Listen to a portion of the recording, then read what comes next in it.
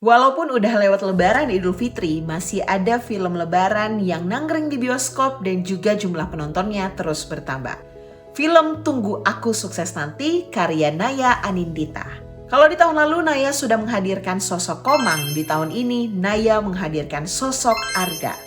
Di film ini Arga memberikan point of view-nya tentang lini masa Lebaran dari tahun ke tahun, tak lupa dengan quotes andalannya. Gue beli omongan mereka.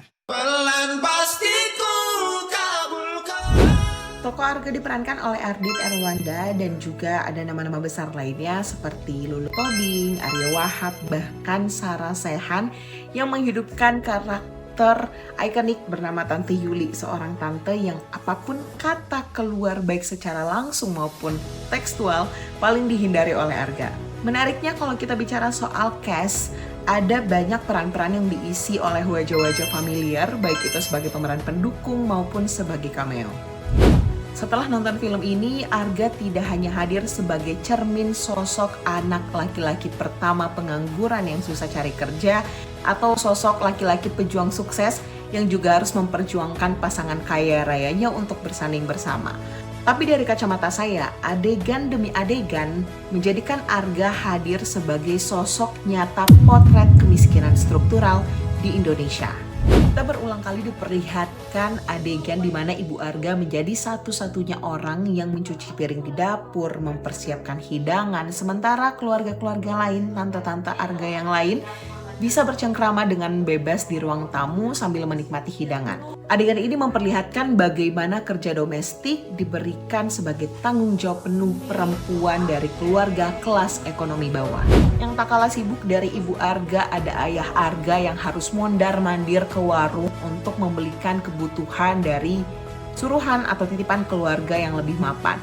Adegan ini memperlihatkan bagaimana keluarga Arga menjadi penyedia tenaga untuk keluarga yang lebih mapan. Lalu adegan di mana Arga baru mau berangkat interview kerja menggunakan motor satu-satunya milik ayah, ternyata motor itu harus dijual untuk memenuhi kebutuhan biaya pendidikan atau kuliah adiknya. Memperlihatkan trade-off klasik atau pertukaran klasik untuk keluarga dengan kelas ekonomi bawah, di mana untuk membuka peluang mobilitas yaitu biaya pendidikan adik harus mengorbankan mobilitas lain yaitu motor yang bisa digunakan Arga untuk mencari kerja. Kita juga diperlihatkan adegan kontras antara Arga yang masih struggle mencari kerja dengan para sepupunya. Ada yang sudah berhasil menjadi manajer di SCBD, ada yang berhasil membeli mobil cash 650 juta, ada yang berhasil bisa melanjutkan S2 ke luar negeri, menegaskan perbedaan titik start. Perbedaan itu berangkat dari sepupunya yang memiliki modal ekonomi, kondisi sosial yang berpengaruh ke networking, sampai akses pendidikan yang lebih bermutu karena berasal dari keluarga yang lebih mapan. Ketika keluarga besar kemudian menormalisasi pencapaian sepupu-sepupu Arga dan malah menstigma Arga sebagai sosok yang belum sukses, film ini memperlihatkan bagaimana keluarga memang tidak bisa melihat ketimpangan yang ada. Dan kemudian ketika kita sampai di adegan Arya berhasil mendapatkan pekerjaan, memiliki penghasilan 2 digit di nominal puluhan juta, Arga tidak serta-merta menjadi kaya raya. Ia harus menutup defisit masa lalu. Arga harus membelikan motor baru untuk ayah agar bisa kembali ngojek, harus menyewakan ruko agar ibu tidak lagi berjualan mie ayam di garasi, dan juga membantu biaya perkuliahan adiknya. Ini menunjukkan konsep first generation earner, di mana pendapatan naik, tapi hampir sepenuhnya tersedot kepada kebutuhan yang sebelumnya tertunda.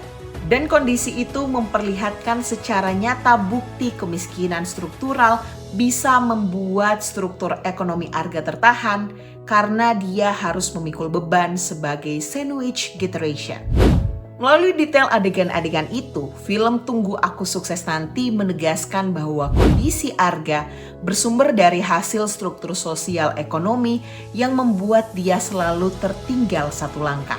Kerja keras orang tua di sektor informal, keterbatasan aset, dan juga beban finansial generasi pertama membuat setiap keberhasilan Arga hanya cukup untuk bisa menambal lubang lama.